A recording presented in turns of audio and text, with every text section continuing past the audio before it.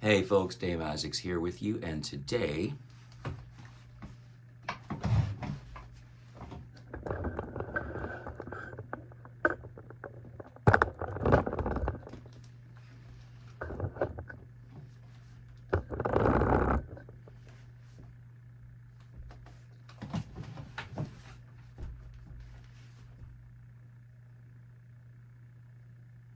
Hey folks, Dave Isaacs here with you, and today I want to talk about hand position and specifically the way we move to get around the guitar.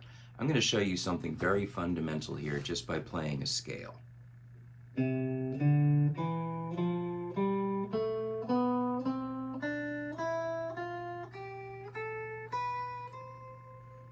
So if you're reading this off a tab, you might just be thinking about target location. Okay, this is the fingering I'm using. I'm starting with the middle finger. You might even be aware enough of your fretboard to know that this scale fingering covers the A and G shape territories if you're thinking about caged to map out your guitar neck. But the point today is in the way that I sit on the string and the way that I move. So I'm starting with my middle finger, and this is pretty much your standard hand position, fingers curled, thumb up. If you tend to play like this, I'm going to tell you at the outset, this is not going to work real well on a bass string. More on that later. Relaxed hand is going to look like this. That means fingers are curled.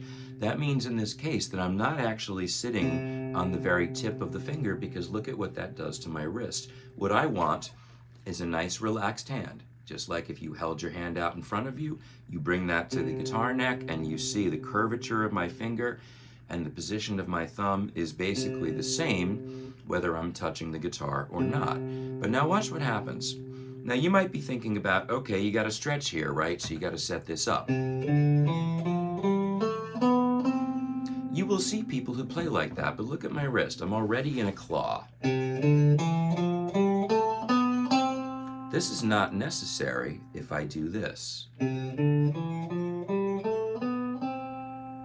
Now all I did was pivot my arm a little bit to bring the pinky up. Pivot back to get to index, and then pivot again. So there's a little bit of rocking back and forth. It's my elbow moving in and out to help carry the pinky. And for those of you who have an efficiency fetish and will say, oh, but you're not supposed to move your hand, you have to just get your finger there. That's actually more work if I'm going by how much the muscles have to do. That takes more effort than this does. Not only that, the landing is stronger, more secure.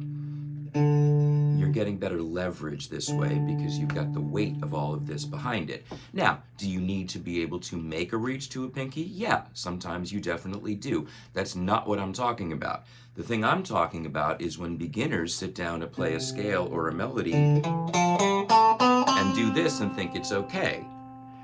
I'm pulling the notes out of tune, I'm gripping so I can't get anything to ring clearly.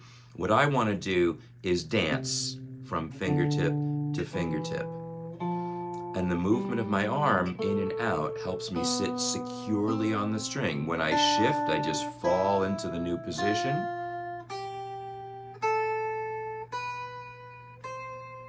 You might be looking going, Dave, how is that falling? Well, I'm not squeezing at all when I make this position shift. I'm using my arm to move my fingertip from point A to point B, which is a lot more efficient than squeezing and trying to drag, which is what lots of you might be doing.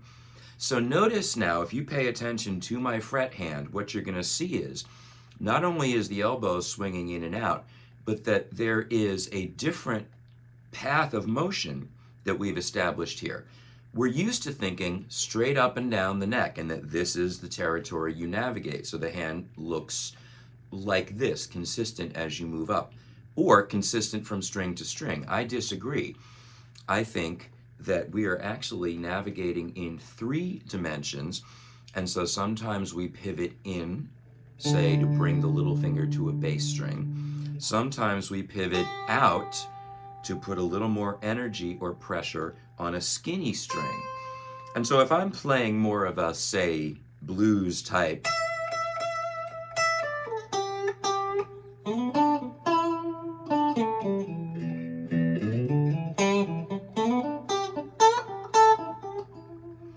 you see the hand more or less stays like this, but it's the nature of these fingerings. I'm doing all this index ring pentatonic stuff that doesn't really require much in the way of a reach.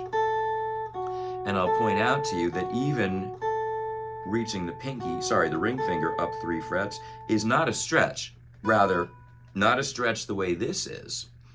If my hand is rotated out, that stretch is really just extending, uncurling, arguably, your ring finger. So what's the big point here? The point is, when I play this scale, you can see my left hand navigating 3 dimensions, not just the 2-dimensional fretboard. Swing in.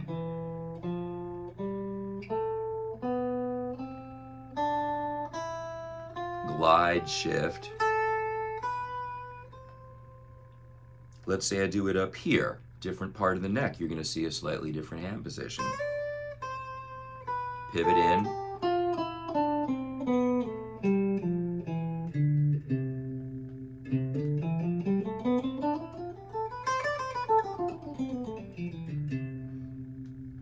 It is not a purely linear or 2-dimensional movement. We navigate the space in 3 dimensions. And when I'm just playing, you'll see that happening.